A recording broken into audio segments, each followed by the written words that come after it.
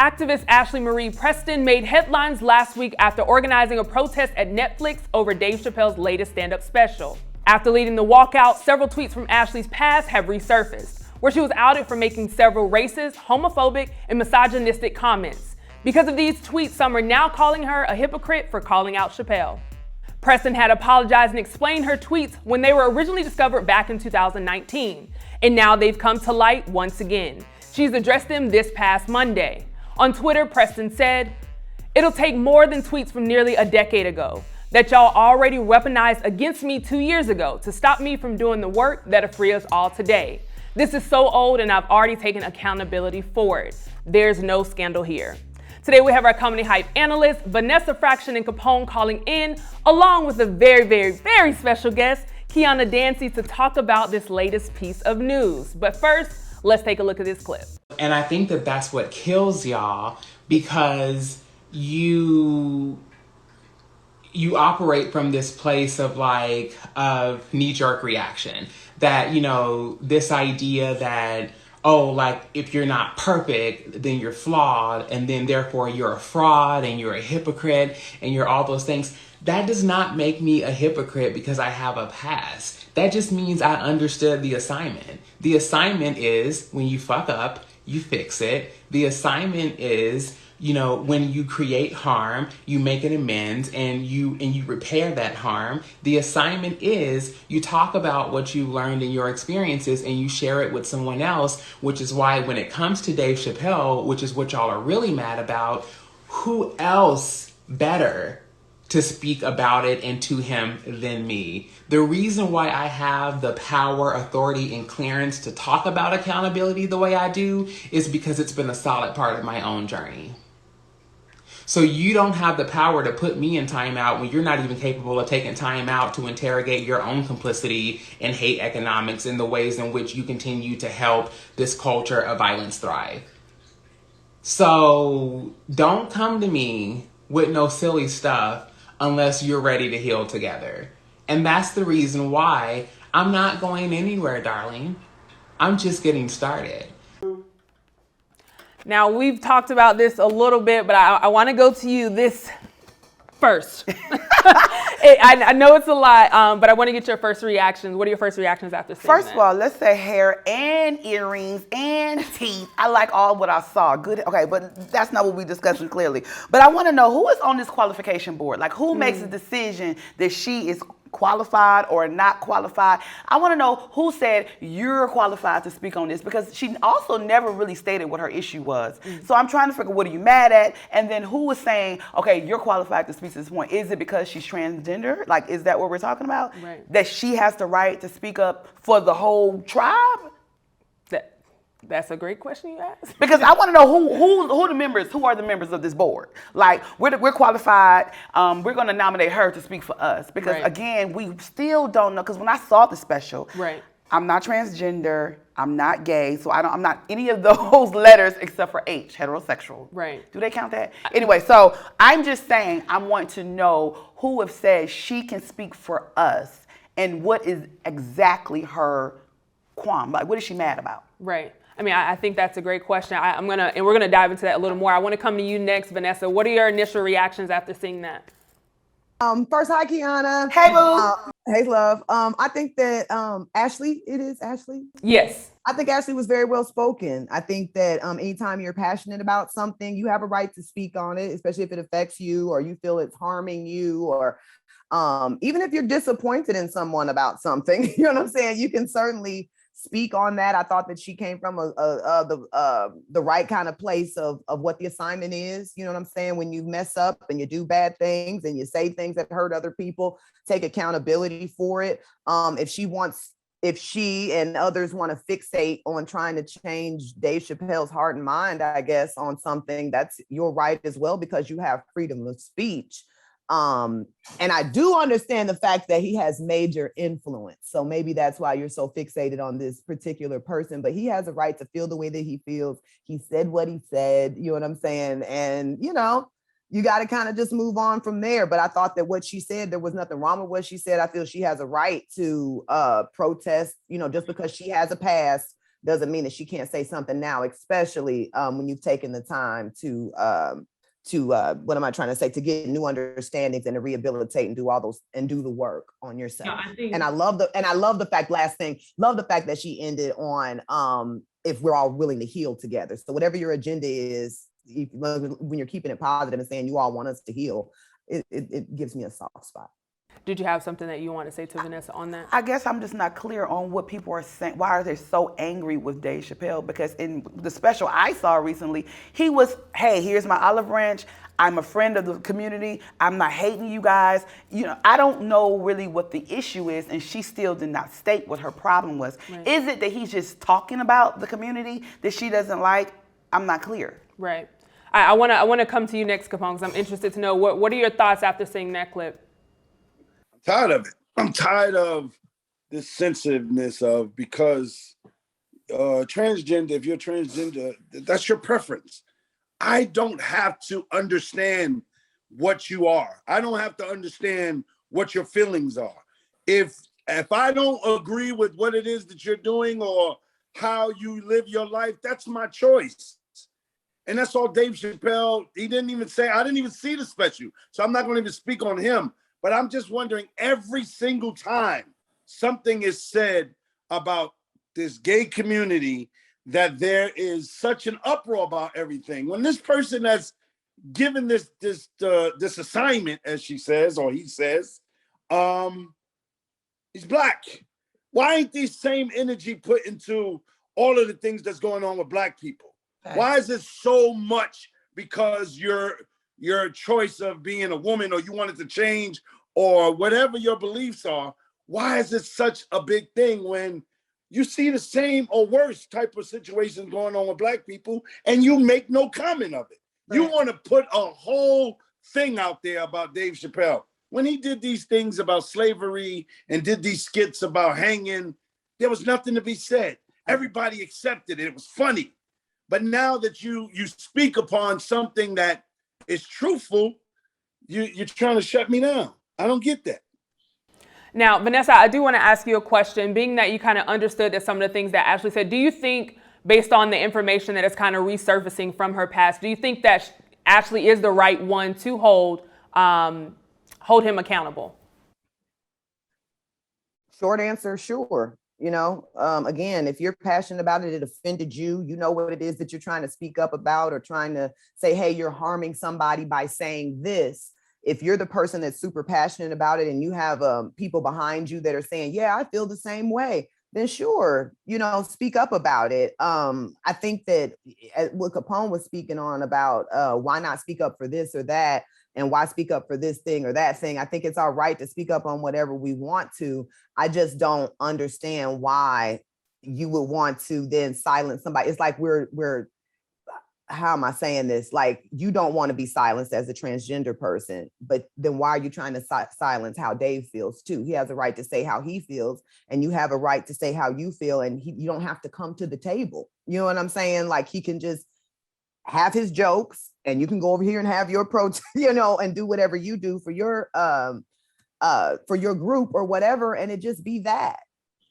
Am I making sense to you? You understand what I'm saying? Why, I do actually, but I'm trying to figure out, why is the community so sensitive? It's like you chose to be a walking target.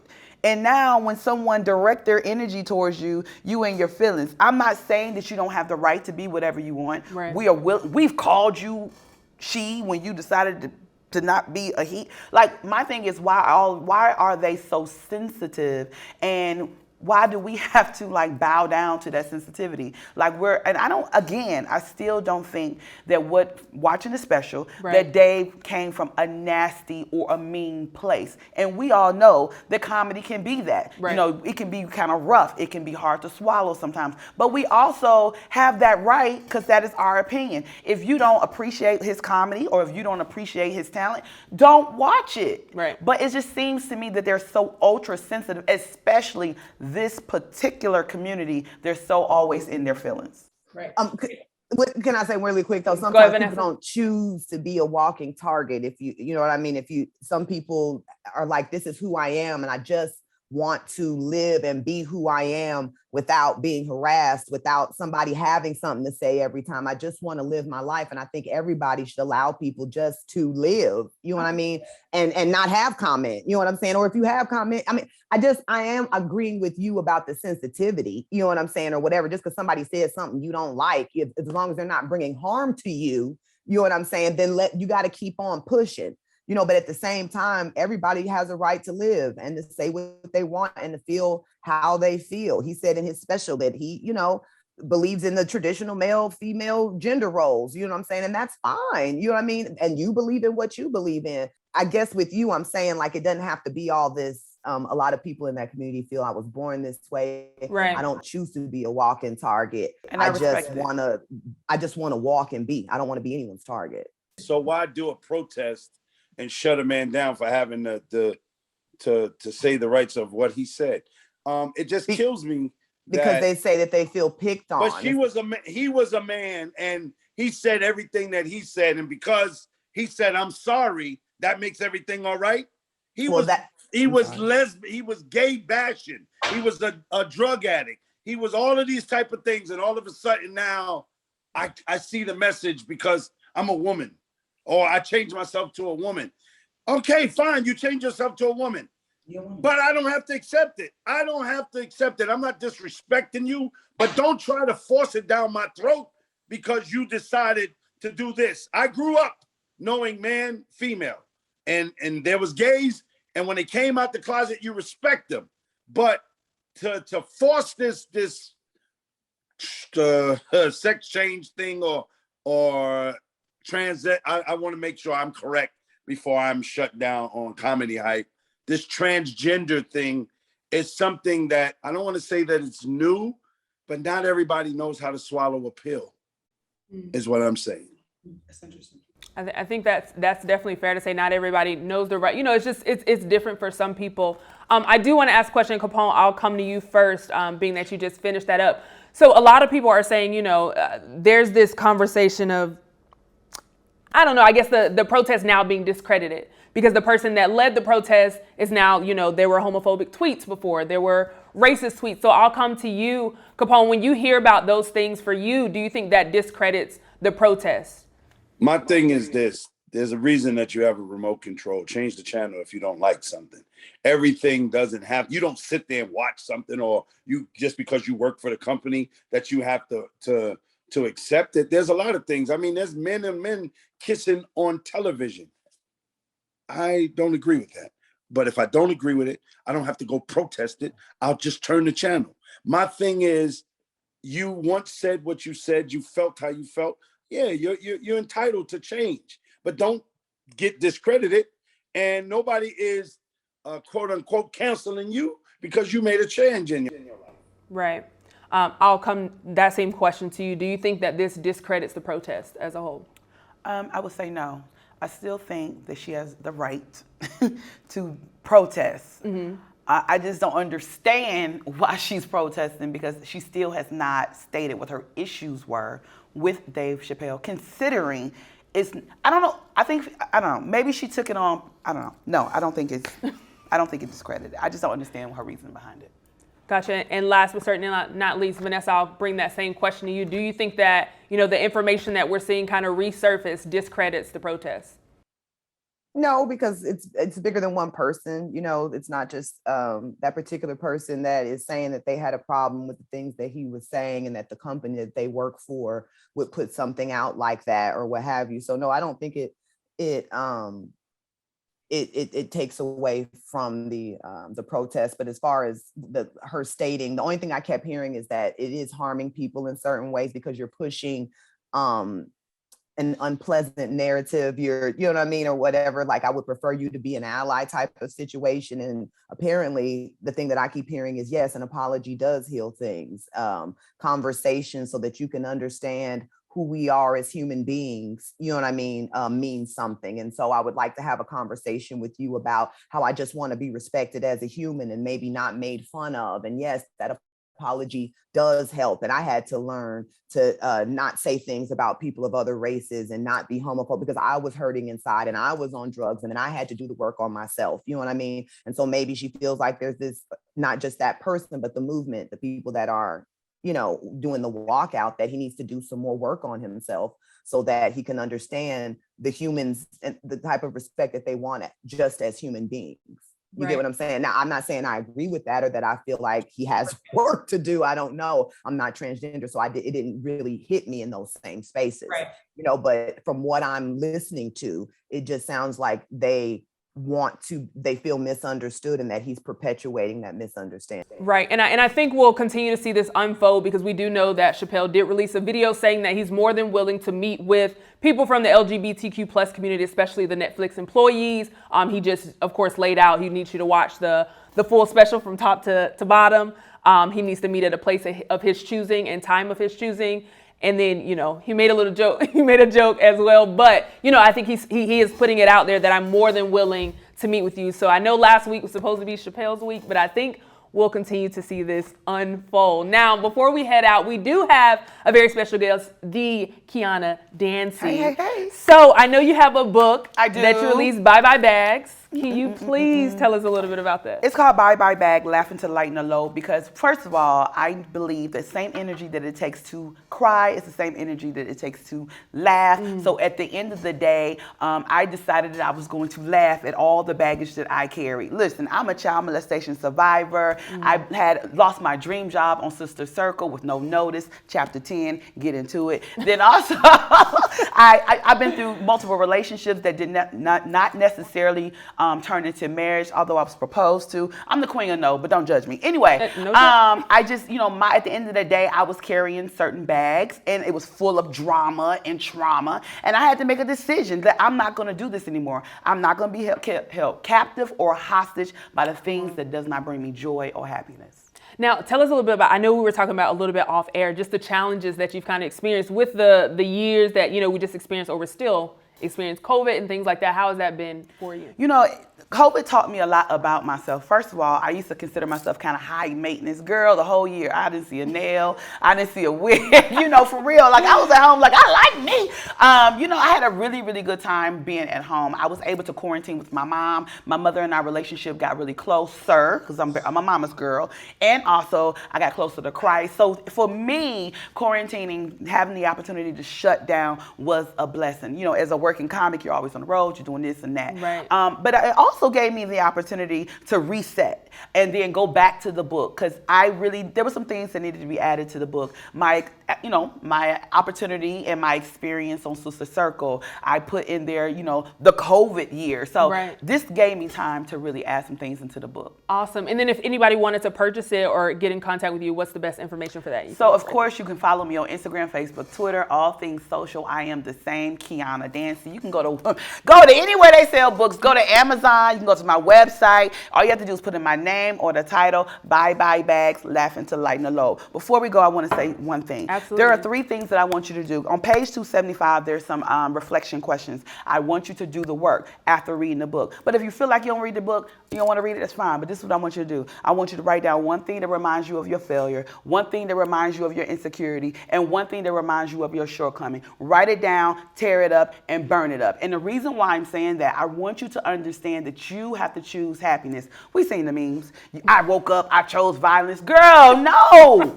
Wake up and choose joy, laugh. If you can't laugh at your trauma, you're going to be to cut your throat. You hear me? You got to make a decision that today is the day that I'm not going to be held captive by my junk. Unpack it. Write it down. Listen, hear me? Write it down, tear it up, and burn it up. Can I ask you a question about the book? Yes, sir. With being with the network, you made a powerful statement. You said, unknown to your knowledge, you I don't know if you was fired or you let go, however you want to put it. Was it a network thing, or was it the ladies that was working with you? Great question. I was gonna say, great question. Read the book, but I am open to discuss it, and I'll just tell you this: I don't know, because I would assume I would say network, because I was trying to get time off to shoot a movie. Long story short, I kept asking, "Can I get off?" The producer said, "Can we talk?" She pulled me in. She said, "Hey, I've been challenged with increasing the profile of the show, and we're having to replace you." That's all I'm able to say. Now, do I know if anyone knew? I don't know. The girl said they did not know. Do I think I was lied to? But I will say I know someone knew, because no decisions are made on any production without somebody knowing. Right. At the very least, the producer knew, the EP. Now, do I think one of the girls knew? Did they reach out to you afterwards? You messy, but I like it. Well, I heard from a few. It's in the book. Read it in the book. I heard from a few, but I hear from one every now and then, but the other two, no. Don't tell them no more. Thank you, Nessa. That might not be in the book. It's in the book. Chapter 10, get into it. Is it on auto books? Because I drive a lot. Oh, do you? So I'm actually in the process of recording that right now. You know, this book has actually opened me up to some things I didn't even think I had the capacity for. So I'm super excited to tell you, yes, it will be on audiobook, and you can download it on ebook. But right now, we've been really, really pushing the traffic to Amazon.com. Awesome. Can we just give a round of applause? Congratulations on all the success. We're looking forward to it, and I will definitely be getting the book. Thank you, Fran. I appreciate Vanessa, that. Together we can write it down, rip it up, and burn it up. Because fire has a significance. I didn't lighten my load years ago. Come on, girl. Fire has a significance of starting over. Typically, you will see, like, just when they burn the forest, sometimes it's a controlled fire, of course. When they burn the fire, it's a reason. They're trying to burn that other underbrush to renew the growing, to start over. So that's what you need to do. And then my girlfriend was like, "Can I put my man on here?" I mean, you can put his name on there, girl, but don't burn the man up, child. I got a little bail money, but I don't know if that's going to help get you out of jail. So that ain't what we try to do. But burn it up to start over. Absolutely. Awesome. Well, congratulations on everything. We appreciate you joining us today. And as well, thank you, Vanessa and Capone, for calling in. You heard from us. Now we want to hear from you in the comments below. For Comedy Hype News, I'm Symphony Thompson. No, put it in the comments, but put it in the comments. Put it in the comments. I want it. I want to see what you have to say. What you got to say? Ladies and gentlemen, this is your girl, Layla Fox, for Comedy Pipe Radio. And I'm coming. To you, that is, with another warm and special night. Something for the ladies and something for the fellas. This event will stimulate and vibrate depending on your needs. So meet me October 29th in Atlanta at Comedy Hype Studios for a sip and dicked night. Will you come?